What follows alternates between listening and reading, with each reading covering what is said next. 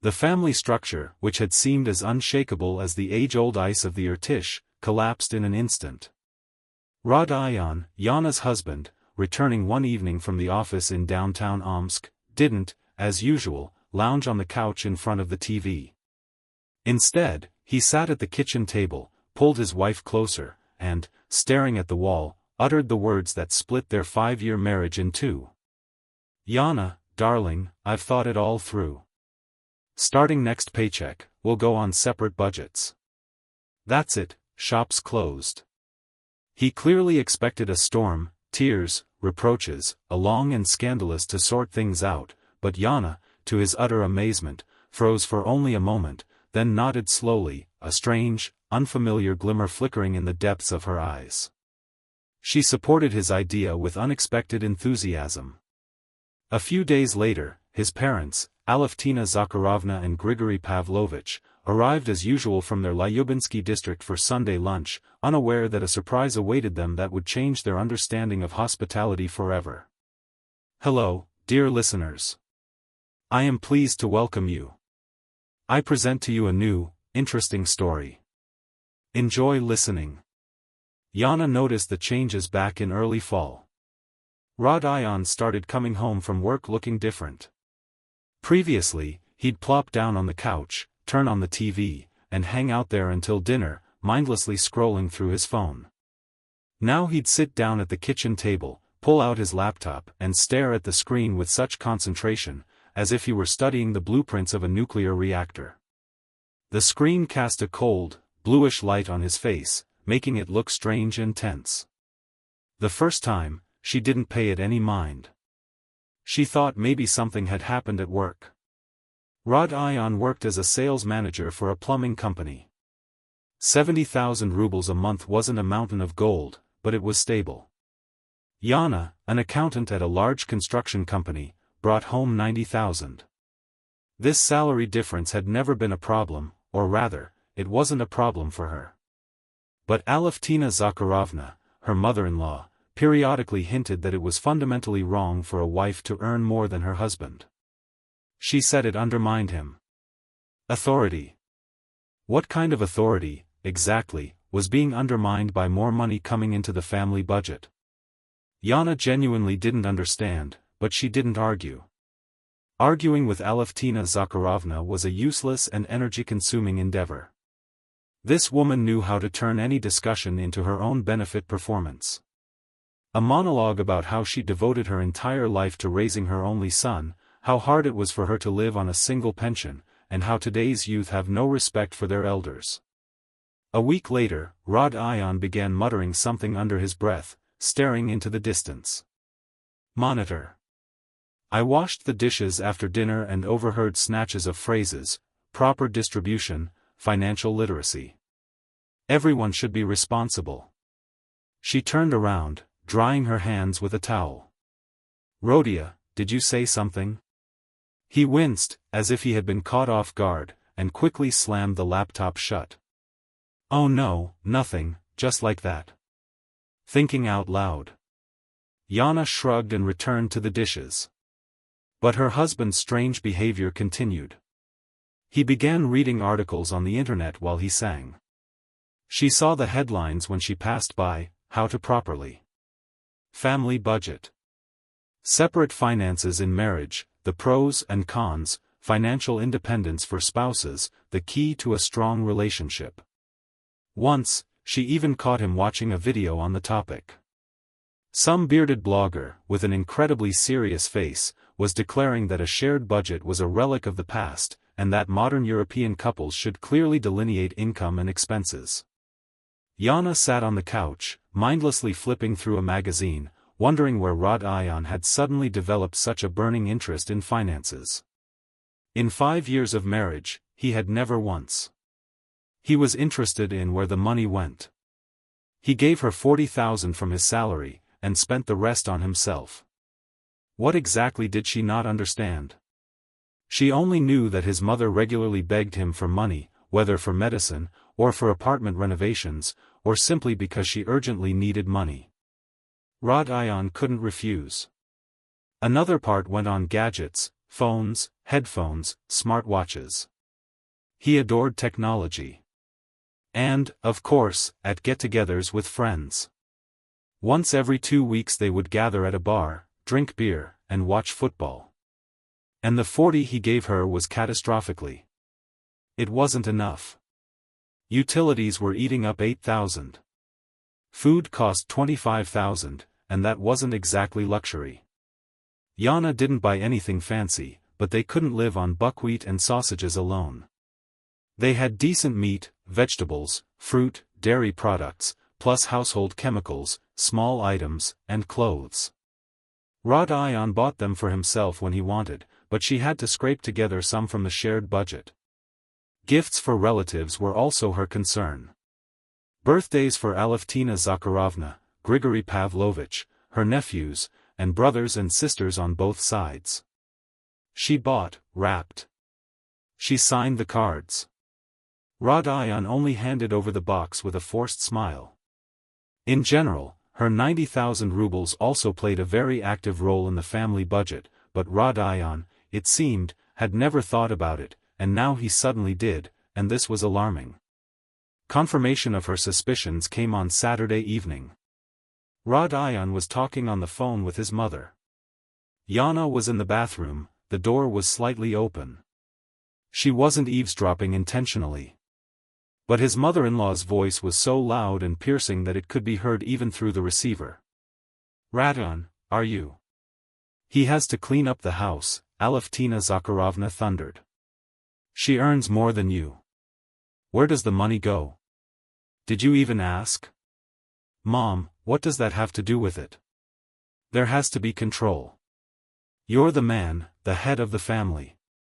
She manages the finances as she pleases. She squanders your money on all sorts of nonsense." Yana smiled bitterly. "Squanders it on nonsense. I wonder what kind of nonsense exactly. On the food that everyone eats, including Rod Ion, on the utilities in the apartment where he lives, on the washing powder she uses to wash his clothes." "Mom, I don't know." Rodin's voice sounded uncertain. "Exactly. You don't know. That's why you don't know, because you're afraid to ask. But you have to. You know that modern couples have separate budgets, each for themselves. Then there are no complaints against anyone. And you can control who spends what." "Separate budgets?" "Yes, I read the article. Everything is written there correctly. No individualism. Everyone is responsible for their own expenses. Are you worse than others? Do the same." Radion was silent. "Well, I'll think about it." "Don't think, just do it. You're too soft, son. And your wife. You have to understand that money doesn't fall from the sky, especially your money." After this conversation, everything fell into place for Yana. The source of her sudden interest in financial literacy was Aleftina Zakharovna. She was an unrivaled master at putting the ideas she wanted into her son's head, while creating the complete illusion that he had come up with them on his own. Yana saw this unhappily. When his mother-in-law wanted them to visit her more often, Rod Ion would suddenly start saying that he should visit his parents. They missed him. When she needed money for a new TV, Rod Ion lamented that his mother's was so old, it was time to help. Now there was a separate budget. Yana understood her mother-in-law's logic perfectly. Aleftina Zakharovna lived on a pension of 20,000 rubles and regularly asked her son for financial assistance. If a separate budget was introduced, Rod Ion would have much more money at his disposal, and therefore, he could wheedle more. And Yana should take care of herself, since she was so independent and earned more. She went to bed and stared at the ceiling. Rod Ion had already sat down next to her. Yana wondered what would happen if he really did propose a separate budget, a scandal, tears, persuasion. No, she was too tired of her mother-in-law's endless manipulations, of her contribution to the family being taken for granted. Maybe it was time to show everyone how things really were. Time to take the rose-colored glasses off her husband and his mother once and for all.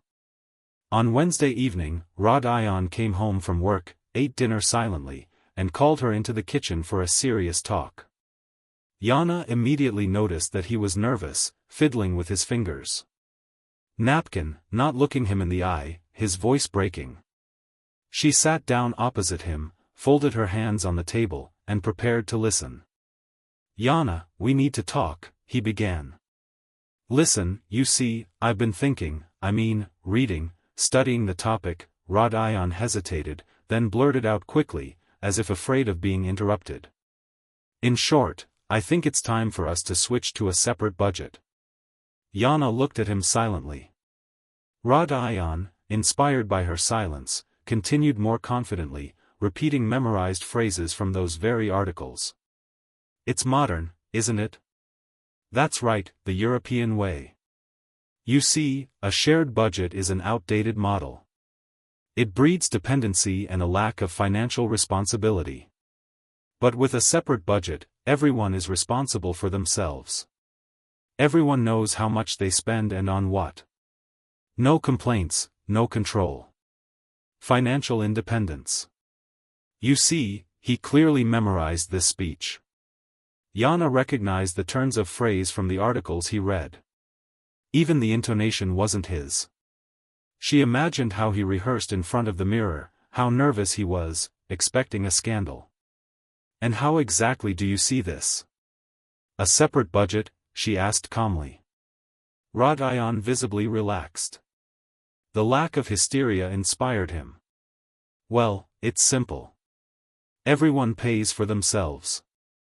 We split the groceries, we split the utilities equally. You spend your money on yourself, I spend mine on myself. It's fair, right?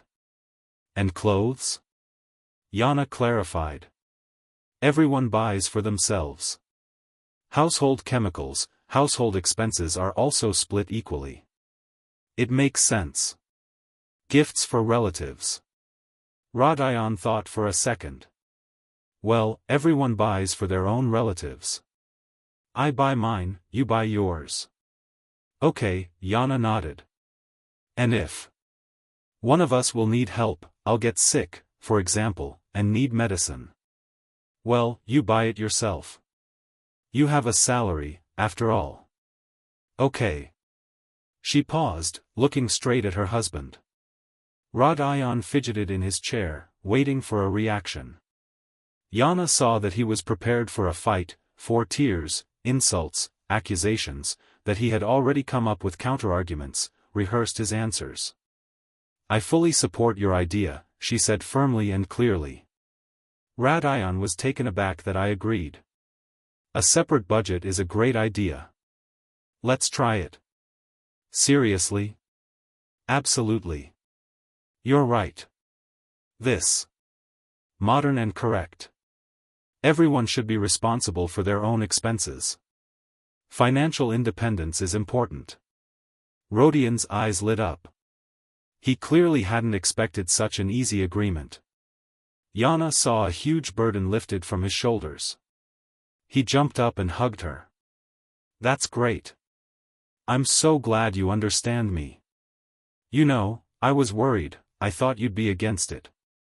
Why should I be against it? Yana smiled her sweetest smile. It's only fair. Absolutely fair. So, we'll start with the next paycheck. Let's start right away. Tomorrow. Why drag it out? Rod Ion hesitated for a moment, but then nodded decisively. Okay, tomorrow. He went into the room in an elevated mood and immediately called his mother. Yana heard snatches of the conversation.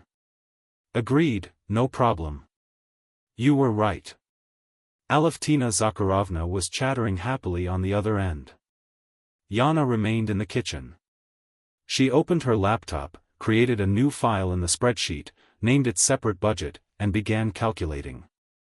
Utility bills for the last month are 8,200 rubles. We'll split it in half, 4,100 rubles each. Grocery. She pulled up receipts for the last 3 months and averaged 25,000 rubles per month for both of them. We split the difference, 12,500 each. Rodion's total mandatory payments were 16,600 rubles. But that was just the beginning. Yana opened a new sheet of the spreadsheet, listed his services, and began meticulously listing them. Laundry. How much did it cost at the laundromat? She checked the website of the nearest dry cleaner and figured his monthly laundry cost about 3,000 rubles. Shirt ironing. He wears shirts to work every day, 5 shirts a week. Ironing services, 200 rubles per piece per month, 4,000 rubles. Cooking, breakfasts and dinners. If you hire a housekeeper who cooks, how much will she charge? 15,000, no less. Cleaning the apartment. The cleaning company for their 2-room apartment was asking 5,000 rubles per visit, once a week, 20,000 per month. Yana added up the amounts and whistled 42,000 rubles. This is the cost of her unpaid labor, which she does every day. She saved the file, closed the laptop.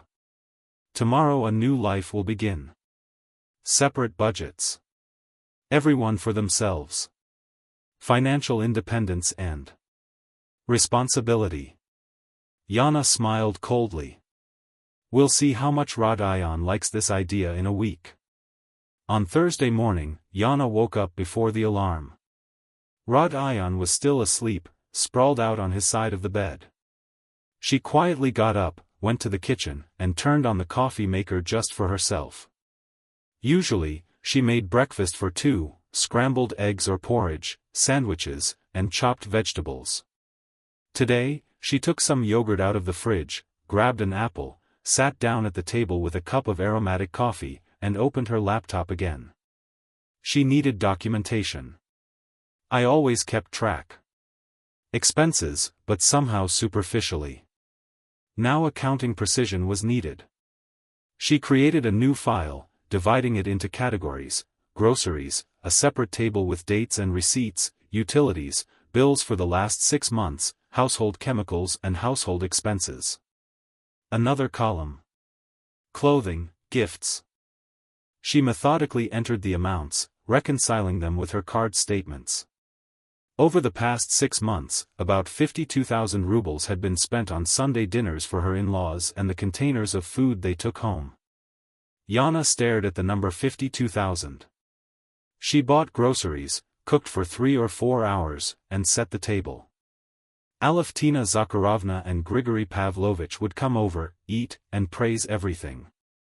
Then her mother-in-law would always find something to complain about: too much or too little salt, the meat too dry, the salad too greasy. And in the end, they'd pack up the containers, borscht, cutlets, salads, and baked goods, and take them home. A free cafeteria for the entire week, funded by Rodionov, as he believed, but actually funded by her. Yana printed out the spreadsheet, neatly filed it in a folder, and put it aside for now. That was it. Her trump card. Rodion came out of the bedroom, disheveled, yawning, and looked at the table where only her cup stood. And breakfast? I had breakfast. I nodded at my empty plate. You can cook for yourself, right? Separate budgets, separate meals. Rodion was silent, then opened the refrigerator, took out yogurt, bread, spread butter, and sat down opposite. Would you like coffee? Yana asked. Turn on the coffee maker. He looked at her in surprise. You've already made coffee for yourself. If you want, make some for yourself. Rodion. He frowned, but stood up and refilled the coffee maker. She finished her cup, stood up, and rinsed her dishes. She left his dishes alone. That afternoon, she went to the supermarket. She usually did her weekly shopping, filling her cart. Today, she took a basket and walked the aisles, choosing only what she liked. Shrimp. Rodion didn't like them, so she rarely bought them. Avocado. He said it was a tasteless herb. Expensive blue cheese, red fish, pastries, good chocolate, a bottle of white wine. The checkout counter said 8,000 rubles. Yana paid by card and took the receipt. At home, she put the groceries away, shrimp and fish in the freezer, cheese and avocado in the refrigerator on a separate shelf, got out stickers and stuck them on each item. She wrote them in large letters. Then she went to the hardware store, bought a padlock and a small cabinet with shelves, dragged them home, assembled them, put them in the corner of the kitchen, moved the chocolate, cakes, and coffee capsules of her favorite brand into it, locked them, and hung the key around her neck on a thin chain. That evening, Rodion came home from work and walked in. He went into the kitchen and opened the refrigerator. Yana was sitting at the table, eating a salad with shrimp and avocado. Rodion froze, looking at the shelves. On one shelf lay his sausage, yogurt, and cheese, on the other her groceries, covered with stickers. What the hell is that? A separate budget. Yana shrugged. I bought groceries with my own money for myself. Your groceries are over there, on the bottom shelf. Are you serious? What's wrong? You suggested it yourself. Every man for himself. Rodion opened the freezer. Everything there was also separated, his dumplings, her fish and shrimp. He took a pack of dumplings and he threw it on the table. Where's the saucepan? In the cupboard, as usual. He took out the saucepan, poured water, and put it on the stove. Tired of the salad, she got up and washed her plate. She didn't touch his saucepan, went into the room, and turned on the TV. After 20 minutes, she smelled something burning and went into the kitchen. Rodion was standing over the saucepan, furiously stirring the dumplings. The water had almost all boiled away, and the dumplings had stuck together in one shapeless gray lump. I should have added more water, Yana remarked. Thanks, Captain Obvious. He snapped.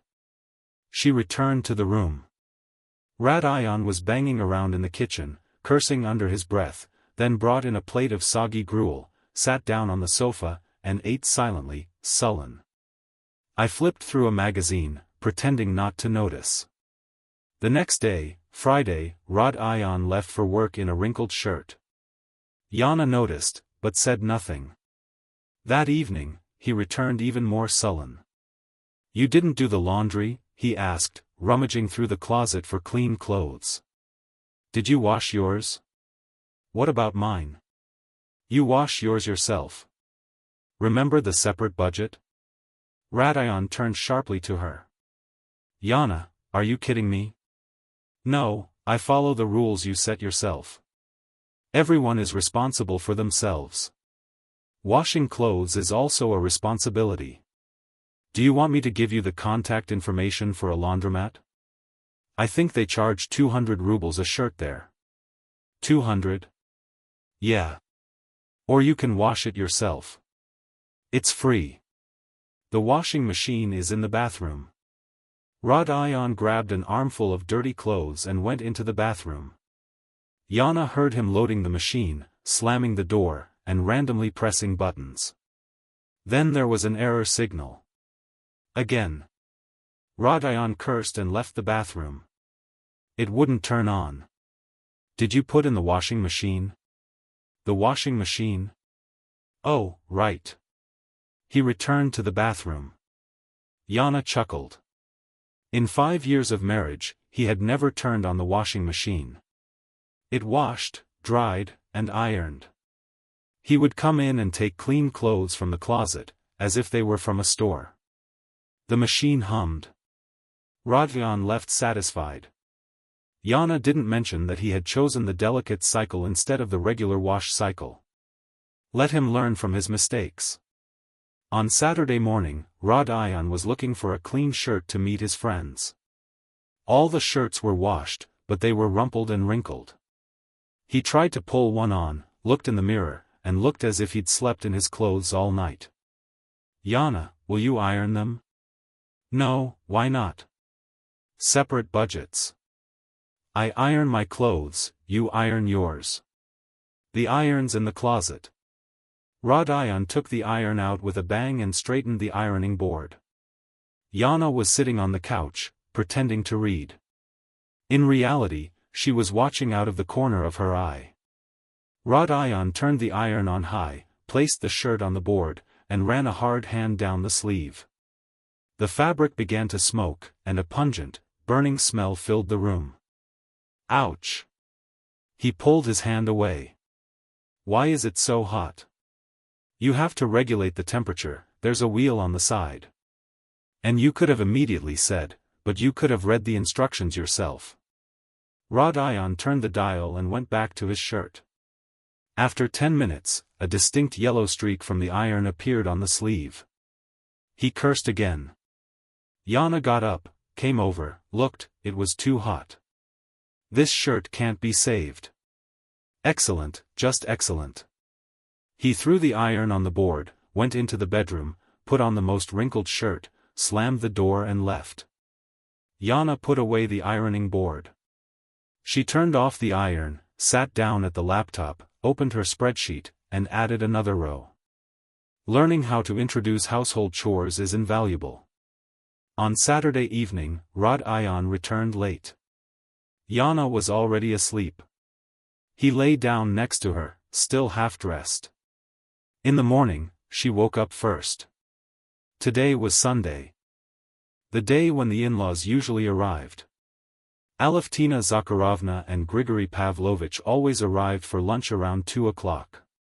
Yana usually got up at 8, went to the market for fresh produce, then returned and started cooking, borscht, cutlets. A few salads, a pie or some pies. By 2 o'clock the table was groaning with food. The in-laws ate and praised it. Then Aleftina Zakharovna would find something to complain about.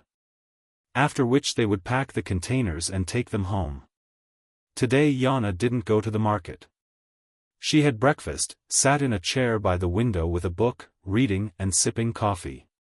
Rod-Ion woke up closer to 11 and came out of the bedroom, scratching his head. My parents are coming today. Yes, I remember. Are you going to cook? No. Rod-Ion stopped in the middle of the room. What do you mean no? Separate budget. I don't cook for guests. If you want to feed your parents, cook yourself or order food. Yana, are you completely? I'm completely normal. You suggested a separate budget? I agreed. A separate budget means everyone is on their own.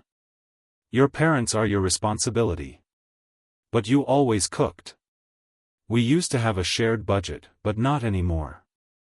Do you want me to calculate how much each of these Sundays cost? Groceries, my time, electricity, water. I can show you. Radian's face turned purple. He turned around, grabbed the phone and went out onto the balcony. Yana heard fragments of his conversation with his mother. Aleftina Zakharovna's voice on the other end was getting louder and shriller. He returned to the room. Mom said, you have to cook. You're a wife, these are your responsibilities. Responsibilities in marriage don't include providing free services to your husband's parents. If you want to feed your mother, feed her with your own money. I'm not bothering you. Rod-Ion rushed around the apartment, opened the refrigerator, looked at its meager supplies, sausage, yogurt, butter, bread. He grabbed his jacket, ran out the door, and returned half an hour later with bags of. He laid out the chicken, potatoes, and salad vegetables on the table and looked at it all, confused. How do I make borscht? I don't know, I'm not making borscht today. You wanted to feed your parents? Well, go ahead and cook. Yana, at least help me. No, it's your responsibility. The internet is full of recipes. Rod-Ion turned on his laptop, found a recipe, and started cooking. Yana was sitting in a chair, reading a book. Occasionally, the clatter of pots, curses, and hissing could be heard from the kitchen. At 1:30, he was still fiddling around. Kitchen. Yana peered in. 3 pots were on the stove. Potatoes were boiling in one, something red in another, his attempt at making borscht. Chicken was boiling in the third. The table was littered with peelings, husks, and cutting boards. The floor was strewn with flour. Rod Ion stood in the middle of this chaos, confused, drenched in sweat. "They'll be here in half an hour." "Aha." I nodded and returned to the room. At exactly 2 o'clock the doorbell rang. Rod Ion rushed to open it. Aleftina Zakharovna and Grigory Pavlovitch were standing on the threshold. His mother-in-law was wearing a bright sweater with a large bag full of empty food containers. "Hello, come in." Rod Ion stepped aside. They entered. Aleftina Zakharovna glanced around the hallway, walked into the room, and saw Yana in a chair reading a book. "Yana, hello, didn't you even get up to greet us?" "Hello." Yana looked up from her book and smiled. She was a little tired and decided to rest. Aleftina Zakharovna pursed her lips and walked into the kitchen. Yana heard her throw the door open. Then there was a scream that seemed to shake the windows. "What happened here?" "Rod Ion, what is that? What's wrong?" Yana put the book down and went into the kitchen. Aleftina Zakharovna stood in the middle of the mess, her arms outstretched.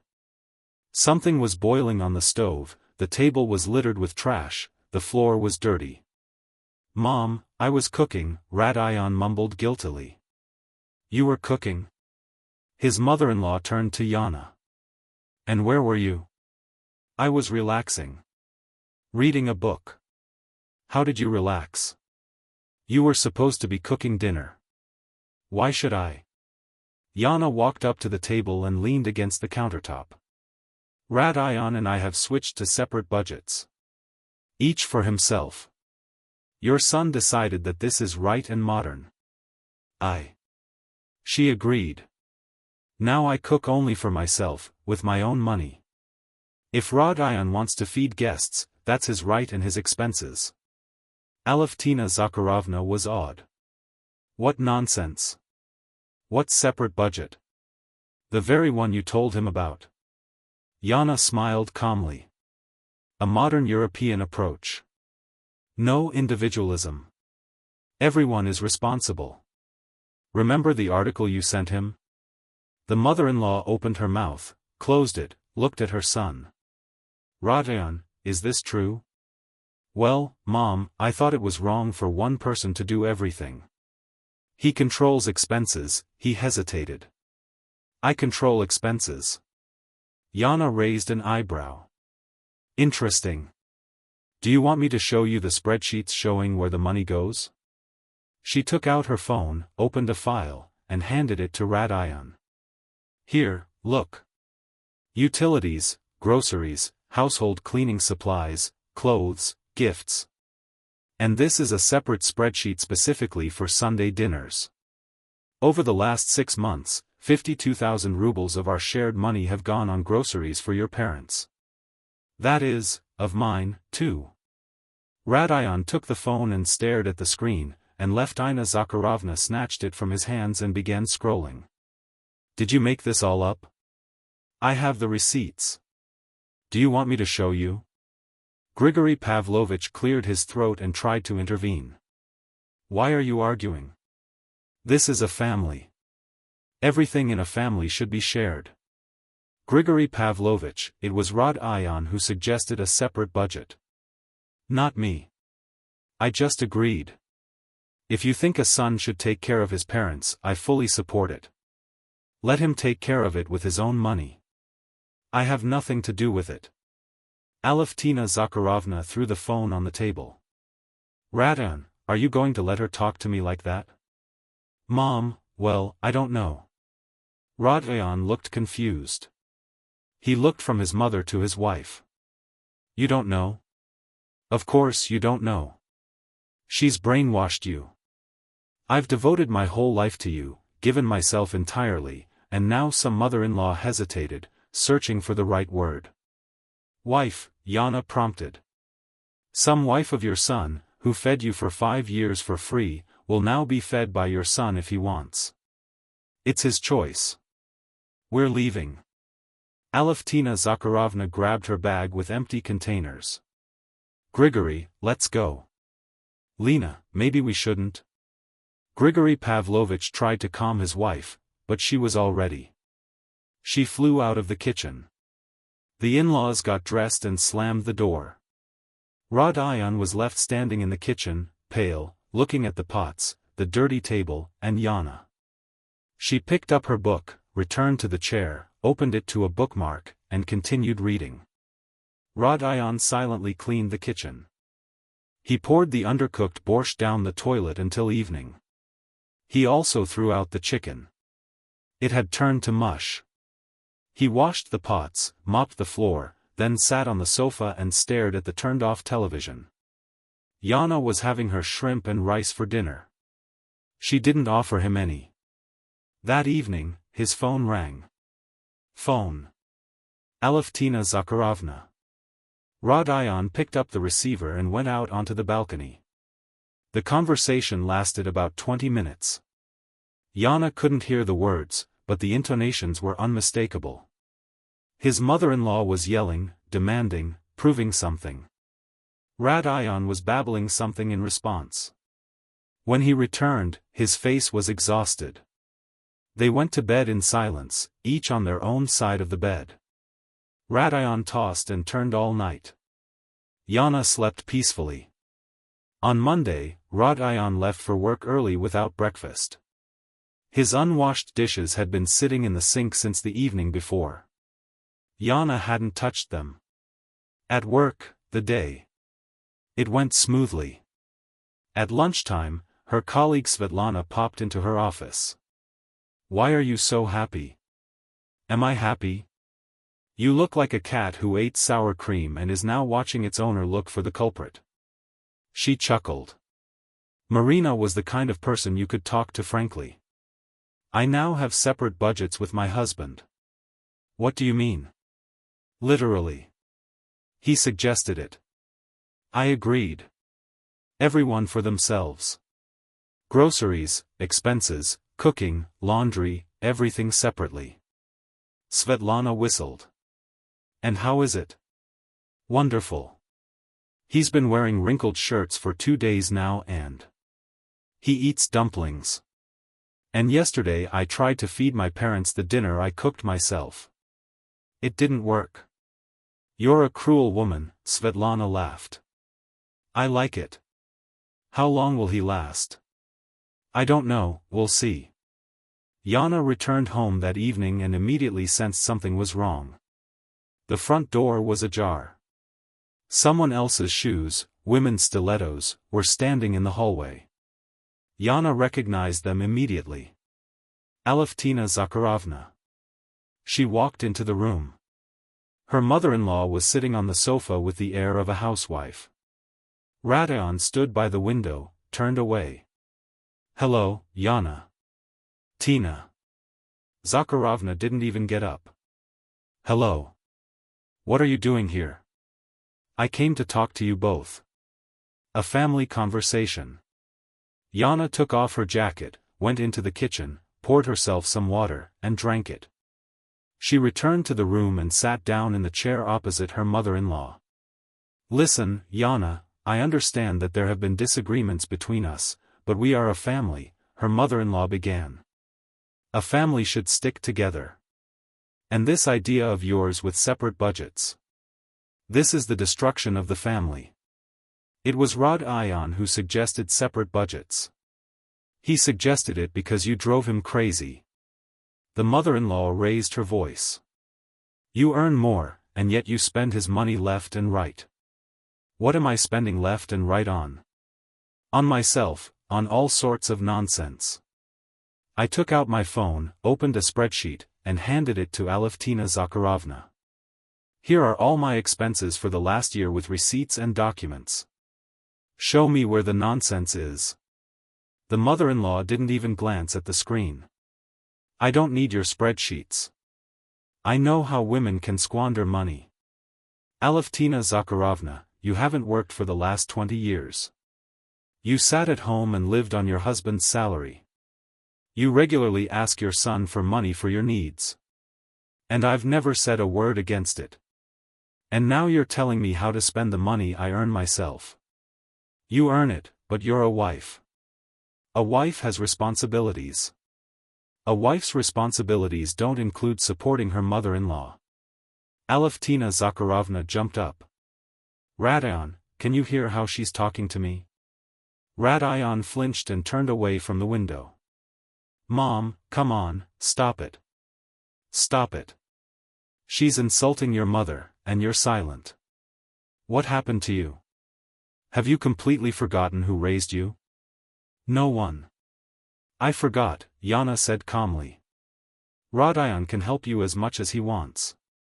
I don't mind using his own money, but my money, my money, her mother-in-law mimicked. I got married and thought only of money. In my time, women thought about their families, not their wallets. In your time, women sat at home without work and were completely dependent on their husbands. I work, I earn money and have the right to manage my own money. Radayon, I'm asking you for the last time. Aleftina Zakharovna turned to her son. Whose side are you on? Radayon was silent. He glanced from his mother to his wife. His face was exhausted and red. He opened and closed his mouth, unable to get a word out. Excellent. His mother-in-law grabbed the bag. So, you chose her. Remember this day, Radayon. Remember how you betrayed your mother for this woman.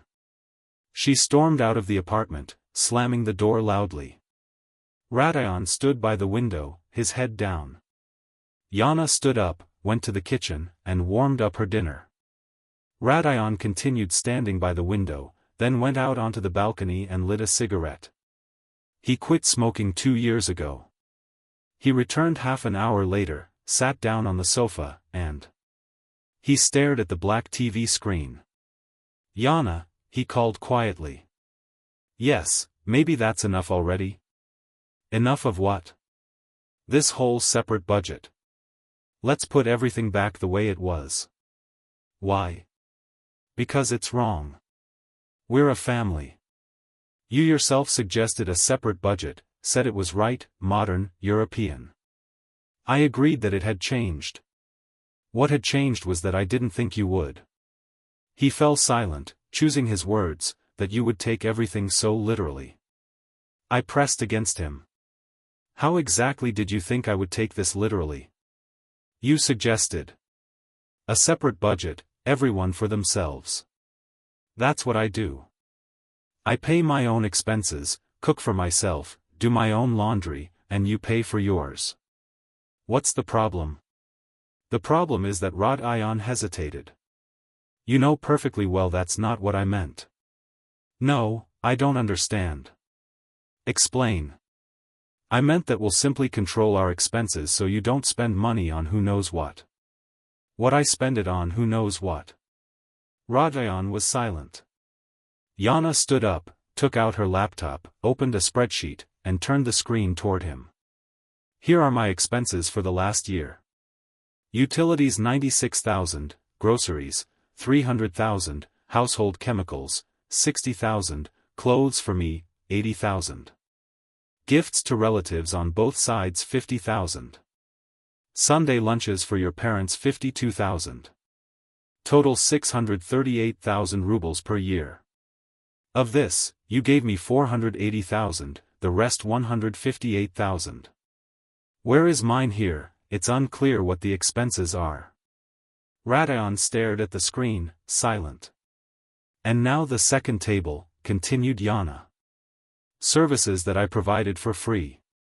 Laundry of your clothes 36,000 per year at market rates, ironing of shirts 48,000. Cooking breakfasts and dinners for 180,000 for two, if you hire a cook. Cleaning the apartment is 240,000, if you hire a cleaning service. Total 504,000 rubles per year. My unpaid labor. Do you want me to calculate how much you owe me for 5 years of marriage? Radayon turned pale. Are you serious? Absolutely. You suggested keeping our finances separate. Let's be honest then. You want me to do your laundry, pay. You want me to cook you dinner? Pay. You want me to clean the apartment, pay. A separate budget is not just separate expenses, it's also separate services. I wanted everyone to be responsible for themselves. So I'm responsible for myself, and you're responsible for yourself. Yana, that's absurd. Why is it absurd? It's logic. Is that your logic, or does it only work one way? You wanted me not to spend your money? Okay, I'm not spending it, but I'm not giving you my time or my labor for free anymore. Fair, right? Rod Ion stood up, walked around the room, stopped by the window, was silent for about 5 minutes, then turned around. Okay, let's say you're right. What do you want? I don't want anything. You suggested a separate budget, we'll keep it. We're doing it.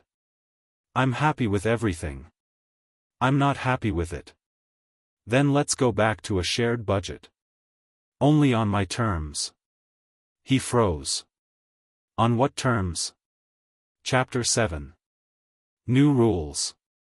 First, complete financial transparency on both sides. Yana Chikaya began, spelling out every word. You contribute not 40,000 to the family budget, but at least 55,000, and document all your other expenses. I need to know where the money goes.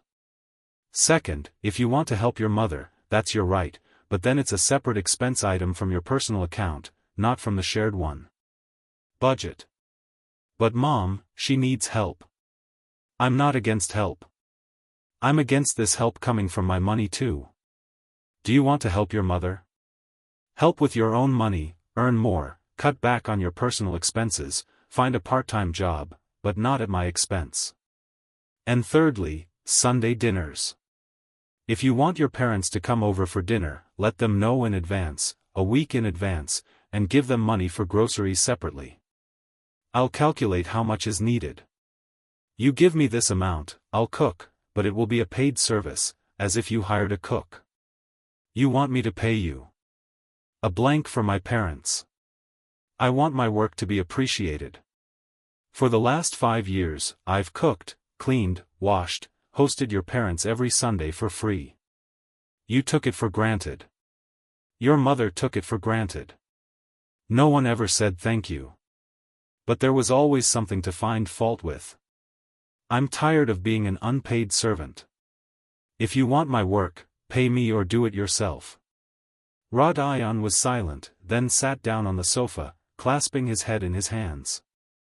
I didn't think you perceived everything this way. I didn't show it, but you gave me an opportunity to show your proposals about separate budgets. This mother advised me. I know, I overheard your conversation. Your mother decided that I was squandering your money, that I needed control. But in reality, she just wanted you to have more money left over that you could give to her. That's the whole truth. Rod Ion raised his head. She's not like that. She's exactly like that. And you know it. You just don't want to admit it, because she's your mother, and you feel guilty if you think badly of her. But facts are stubborn. She lives on a 20,000 pension. You give her another 10 to 15,000 every month. Every Sunday, she leaves with containers of food for the whole week. That's another 110,000 in savings on groceries. So, you support your mother almost entirely, and that's fine if that's how you want it, but it should be your decision and your money, not mine. Rod Ion was silent. Yana got up and went to the bedroom.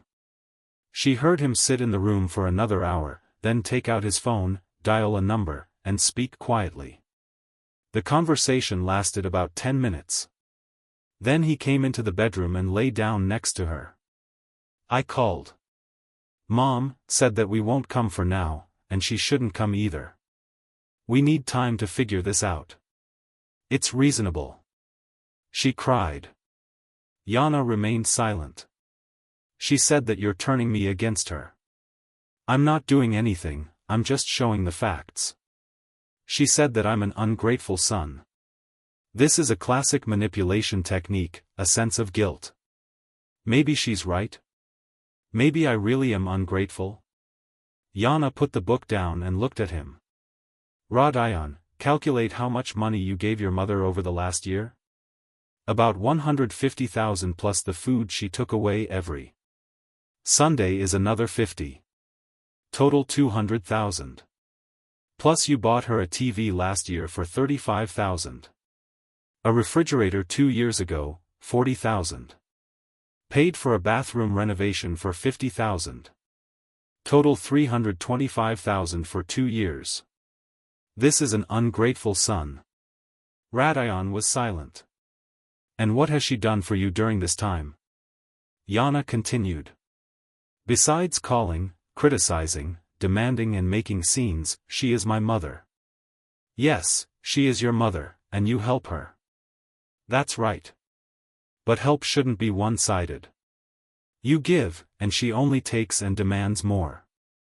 And the more you give, the more she demands. This isn't a normal relationship, this is exploitation. Rodion turned to the wall. He was the first to get up in the morning. Half an hour later, he returned to the bedroom, put a cup of coffee and a plate of scrambled eggs on the nightstand in front of Yana. I made breakfast for both of us. The scrambled eggs were overcooked at the edges. The yolk had run, but it was an attempt. Thank you. At the door, leaving for work, he turned around. I'll think about your conditions. Okay.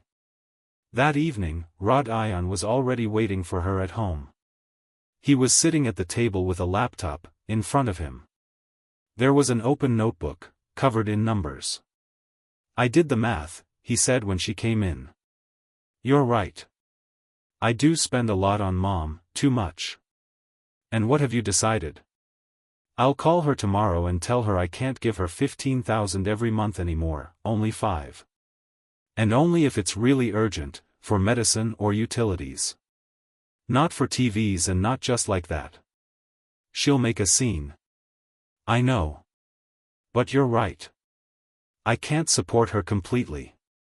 I have my own family. I nodded. I agree to your terms.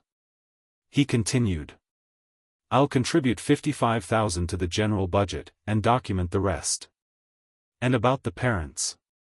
Okay, they'll come once a month. I'll tell you in advance and give you money for groceries. If you don't mind. I won't mind. Once a month. Fine. Rodion sighed. So, we're going back to the general budget under these conditions. Yes. He stood up, walked over to her, and hugged her hesitantly. Forgive me, I was an idiot. I was, Yana agreed. But now, I hope you'll stop.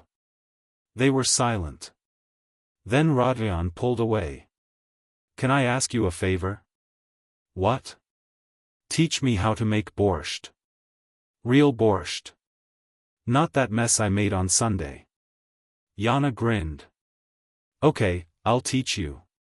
The next few days passed in a tense calm. Rodion kept his word. On Wednesday, he came home from work and silently handed Yana an envelope. Inside was money. 55,000, this is an advance. I'll give you everything from the shelf, he said. You distribute it yourself. Fine.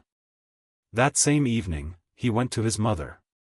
He returned late, haggard and tired. Well, how is it? Yana asked. Bad. She cried. She screamed, accused me of betrayal, said that I traded my mother for my wife. You didn't trade anything. You just set boundaries.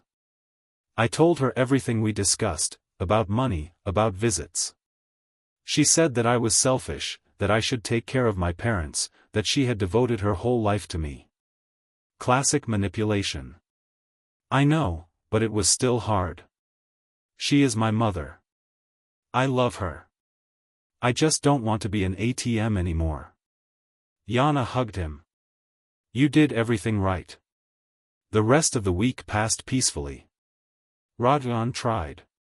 He made himself breakfast, learned how to use the washing machine, even ironed a few shirts. Yana helped, showed him, but didn't do it for him. He had to learn on his own.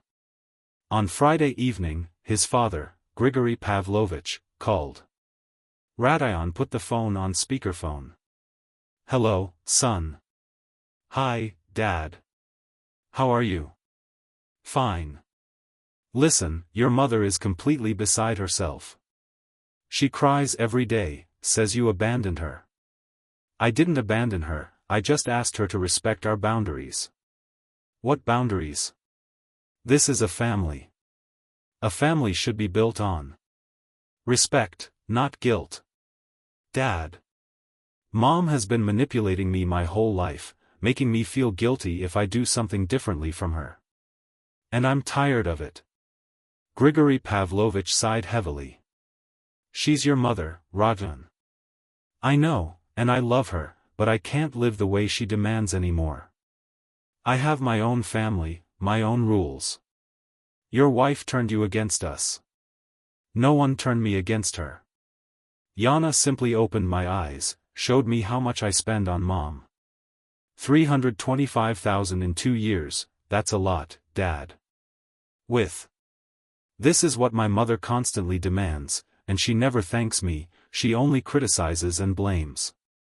Vladimir Stepanovich was silent.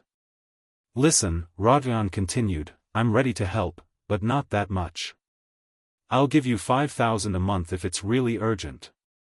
And you can come once a month, warning in advance. I'll give you money for groceries, Yana will cook dinner, but only once a month. That's fair. And my mother thinks that this is betrayal. It's not betrayal. It's setting boundaries. I'm an adult, I have my own life, and Mom needs to understand that." Vladimir Stepanovich was silent for a moment, then said, "Okay, I'll talk to her, try to explain, but I can't promise she'll agree." "Thank you, Dad. Take care of yourself, son, and take care of your wife. She seems like a smart woman." Rodion smiled. Smart. 2 weeks passed. Aleftina Zakharovna didn't call. On Saturday morning, Grigory Pavlovich called. "Rodion. Mother agrees to meet and talk. This evening, if you can, we'll come to you." That evening they set the table with tea, cookies, and fruit. Nothing special. At exactly 6 o'clock the bell rang. Aleftina Zakharovna entered silently, nodded, and looked tired. They sat down at the table. "Mom," Rodion began, "thank you for agreeing to come." His mother-in-law raised her head. "I didn't come because I agreed. I came because Grigory talked me into it. He said we need to talk normally, without shouting." "Okay, let's talk." Aleftina Zakharovna glanced around the table, not even trying, she muttered, looking at Yana. "This isn't a celebration," Yana answered calmly. "This is a conversation." 4.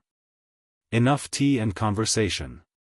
The mother-in-law pursed her lips, then looked at Rodion. "Do you really think I'm manipulating you?" "Yes, Mom, I do. All my life you've instilled in me that I owe you, that if I don't do something the way you want, then I'm a bad son, and I lived with this feeling of guilt. But that's wrong." "Why wrong?" "You're my son, I have the right to participate in your life." "Participate, yes, but not control, not demand, not blame if something doesn't go your way." Grigory Pavlovich cleared his throat. "Lena, she writes. We really did abuse. Yana tried, and you always found something to find fault with. Are you against me too?" "I'm not against you. I'm for justice. Rodion is our son, and he should help us, but not so much that he forgets about his family. He has a wife, they have their own life, their own rules, and we must respect that." The mother-in-law looked at her husband, then at her son, then at Yana. Her face trembled. Nobody is against you, Mom, Rod Ion said softly. We just want a normal relationship. Without manipulation. Without guilt, without constant demands. I'm ready to help you invite me over. But according to the rules Yana and I established, warning you in advance once a month, that's fair. Alevtina Zakharovna was silent, then nodded slowly. Okay, let it be once a month. Rod Ion breathed a sigh of relief. But I don't promise I'll like it, his mother-in-law added. And I don't promise I won't call again. You can call, but if you start manipulating me, I'll hang up. Alevtina Zakharovna. She looked at him in surprise. Are you really going to do this? Yes, because I'm tired of feeling guilty. I love you, but I don't owe you my whole life. The mother-in-law was silent. Then she sipped her tea. As she left, she lingered in the hallway and looked at Yana. Did you win? This isn't a war, Yana answered calmly. It's just setting boundaries. You took my son anyway. I didn't take anything. Rod Ion decided for himself how to live his life, and I supported him. Alevtina Zakharovna was silent for a moment, then suddenly extended her hand. Yana shook it. He passed. A month. Alevtina Zakharovna called, but less frequently, once a week. She asked how things were, told me about hers, didn't ask for money, didn't criticize. She came to visit once, giving a week's notice. Rod Ion gave her money for groceries. Yana cooked dinner. Her mother-in-law ate silently, then said it was delicious. Yana almost choked in surprise. It was the first word of praise in 5 years. When she left, Alevtina Zakharovna didn't take the containers, saying there was food at home. That evening, she and Rod Ion worked on the budget together. He gave her his 55,000 rubles. Showed the expenses for the month. Everything is honest, everything is transparent. Yana made spreadsheets, distributed the money, utilities, groceries, household expenses. There is still a little left. They decided to save for a vacation. In the summer they wanted to go to the sea, just the two of them, without parents, without obligations. Just them and the ocean. By the way, Mom called today, said Rod Ion, closing the laptop. And what did she want? She asked if we needed help. She said she could come clean if we were busy. She raised her eyebrows in surprise. Seriously? Seriously. I said that. We're managing on our own.